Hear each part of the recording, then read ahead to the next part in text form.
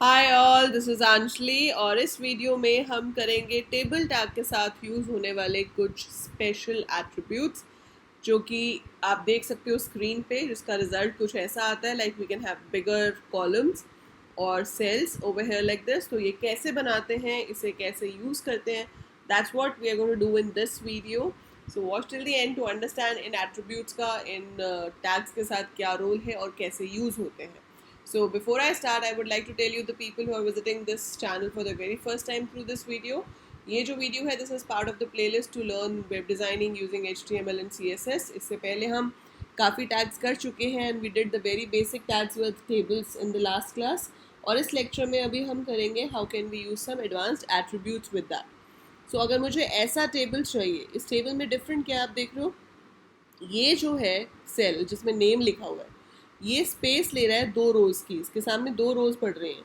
So it is taking space of 2 रोज। और अगर मैं ये वाला सेल देखूं जिसमें लिखा है कंप्यूटर साइंस मार्क्स, जिसके नीचे थ्योरी, प्रैक्टिकल और टोटल के 3 कॉलम्स हैं, तो ये 3 कॉलम्स की जगह ले रहा है। सिंगल सेल है but it is taking space of 3 columns. Similar way this student report ends, जहाँ पे लिखा है it's taking space of 4 columns. तो ऐसा पॉसिबल है कि आप एक ही सेल को इतना बड़ा बना सको कि वो एक से ज़्यादा रो या एक से ज़्यादा कॉलम की स्पेस ले। और ऐसा करने के लिए हम जो यूज़ करते हैं वो है ये attribute row span and the other one is col span. नाम से ही पता चल रहा है, रो स्पैन का मतलब है that you have to tell how much rows it's going to cover, and col span का मतलब है how many columns it's going to cover. So row span is equal to 2 का मतलब क्या है, ये कौन सा वाला सेल है आपका जिसमें नेम लिखा हुआ है, आप देख रहे हो यहाँ पे नेम। सो जिस सेल के अंदर नेम लिखा हुआ है मैंने उसके साथ दिया है row span is equal to 2। That means वो नेम वाला सेल 2 रोज की जगह लेगा। अगर आपने लिखा है col span is equal to 3, so computer science marks वाला जो सेल है वो 3 कॉलम्स की जगह लेगा। बाकी के मैंने नॉर्मल बनाए हैं, थ्योरी, प्रैक्टिकल, टोटल, और ये जो नॉर्मल रोज हैं उनमें 4 4 सेल्स होंगे। इस रो में मैंने सिर्फ 3 सेल्स लिए हैं, थ्योरी, प्रैक्टिकल एंड टोटल 4 नहीं लिए, क्योंकि एक सेल जो है वो नेम वाला ऊपर वाली रो से आ रहा है। दैट्स वाई आपको यहाँ 3 लेने हैं, क्योंकि एक तो ऊपर वाला ही आ जाएगा और 3 और होंगे।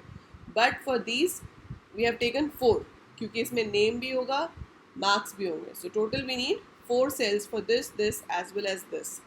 और फिर यहाँ पर आपके पास लास्ट जो सेल है that is taking space of 4 columns. So यहाँ पे हमने लिखा TH col span is equal to 4। So that's how it works. So इस तरह से हमने row span and col span यहाँ पे यूज़ किया and we get a table of this format. तो ऐसे आपको कुछ और बनाना हो जहाँ पर एक सेल मल्टीपल रोज की जगह ले रहा हो, मल्टीपल कॉलम्स की जगह ले रहा हो, तो आप वहाँ पे इसे यूज़ कर सकते हो। ऐसे ही स्पेसिंग के लिए कुछ और एट्रीब्यूट्स भी होते हैं, जैसे कि सेल स्पेसिंग और सेल पैडिंग जिसे हम कहते हैं। अब सेल स्पेसिंग और सेल पैडिंग आप टेबल टैग के साथ दे सकते हो। अब सेल स्पेसिंग और सेल पैडिंग में डिफरेंस क्या है, अगर आप इस टेबल को ध्यान से देखो तो एक बॉर्डर हमारा बाहर होता है जो डार्क ब्लैक है। उसके बाद अंदर अगर आप देखो तो ये सारे बॉक्सेस बने हुए हैं, हर सेल के साइड पे एक बॉक्स है। ये नेम एक बॉक्स के अंदर है, कंप्यूटर साइंस मार्क्स एक बॉक्स के अंदर है। ये स्ट्रेट लाइंस नहीं बनी हुई, ये सब एक रेक्टेंगुलर बॉक्स के अंदर है। इन बॉक्सेस में आपस में कितना गैप होना चाहिए वो चीज़ पता चलती है सेल पैडिंग से। सो अभी तो बिल्कुल पास पास में है, लेकिन मैं अगर यहाँ पर दे देती हूँ cell padding is equal to 10, तो सेल पैडिंग कितनी हो गई, 10 पॉइंट्स। अब अगर हम इसको रिफ्रेश करते हैं तो आप सेल पैडिंग देखोगे यहाँ पर बॉर्डर और टेक्स्ट के बीच में। सेल स्पेसिंग जो है वो 2 बॉर्डर्स के बीच का स्पेस होता है। सो अगर मुझे 2 बॉर्डर्स के बीच में स्पेस देना है तो मैं सेल पैडिंग नहीं, सेल स्पेसिंग दूंगी। सो मैंने यहाँ पे सेल स्पेसिंग दिया मान लो 6 and I save it and when I refresh it है, सो आप देख सकते हो ये गैप इंक्रीज हो गया, gap between the 2 cells. So that is increase which is called cell spacing.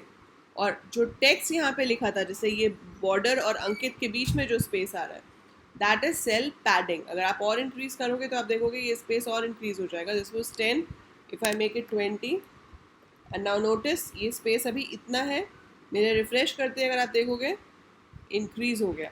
अब इंक्रीज चारों तरफ होता है, ये नहीं कि सिर्फ लेफ्ट साइड पे इंक्रीज होगा। सो सेल पैडिंग का मतलब है कि जो भी कंटेंट बॉक्स के अंदर है उसके चारों साइड पे, left, top, right, bottom, all 4 sides minimum कितना स्पेस खाली छोड़ा जाए, that is called cell padding. तो वो सेल पैडिंग होता है, और दो बॉक्सेस के बीच में कितना स्पेस आएगा, दैट इज सेल स्पेसिंग, जो आप यूज़ कर सकते हो वाइल डिज़ाइनिंग योर टेबल्स। ठीक है, सो ये कुछ एट्रीब्यूट्स हैं जो इम्पॉर्टेंट हैं, आपको पता होने चाहिए, और इन्हीं की हेल्प से आप अपना नॉर्मल टेक्स्ट भी अलाइन कर सकते हो अपने वेब पेज पे। बट अब हमारे पास, पहले हम टेबल्स की हेल्प से करते थे इमेजेस को अलाइन करना and all, but now you have DIV tag, span tag to align your content on the screen. So we'll be doing it later कि कैसे हम इमेजेस और टेक्स्ट को डिफरेंट डिफरेंट तरह से अलाइन कर सकते हैं। बट ये है आपके टेबल से related feature. So I hope आपको टेबल अच्छे से समझ आ गया होगा। टेबल्स के साथ अगर हम कैप्शन देना चाहें तो एक कैप्शन टैग भी होता है। कैप्शन मतलब title of the table. So you can give caption student result sheet and you can save it. So ये कैप्शन हम हेडिंग टैग से भी दे सकते थे, पर कैप्शन टैग से देने का फ़ायदा ये होता है कि वो लॉजिकली भी इस टेबल के साथ लिंक्ड होता है, ना कि सिर्फ फिजिकल लिंक के साथ लिंक्ड होता है। सो वो आप कर सकते हो। आप कैप्शन की प्लेसमेंट भी कर सकते हो। अभी टॉप है, I can place it at bottom also, और लेफ्ट और right also. So that is all about tables. So tables हमने कर लिया, इमेजेस हमने कर लिया, हाइपरलिंक हमने किया था कैसे बनाते हैं, पर हाइपरलिंक्स में भी डिफरेंट तरह के हाइपरलिंक्स होते हैं। हमने बहुत सिंपल वाला किया था। We have internal hyperlinks as well, and then how can you use images as hyperlink is also there. So next lecture में हम करेंगे कि हम images को hyperlink की तरह कैसे use कर सकते हैं, और अगर पेज के बीच में कहीं पर लिंक पे जाना हो, like internal hyperlink बनाना हो, तो वो कैसे होता है. So that's what we are going to do in the next lecture. तब तक आप ये practice करोगे and send me the screenshots of what you create on my Insta, or you can just post in the comments what you created. So that's it for this video. I hope you understood this much. Do practice it. Do share the video with others who are interested in web designing. And do subscribe the channel अगर आपने अभी तक subscribe नहीं किया है तो. So by the time I upload more, keep watching, keep learning.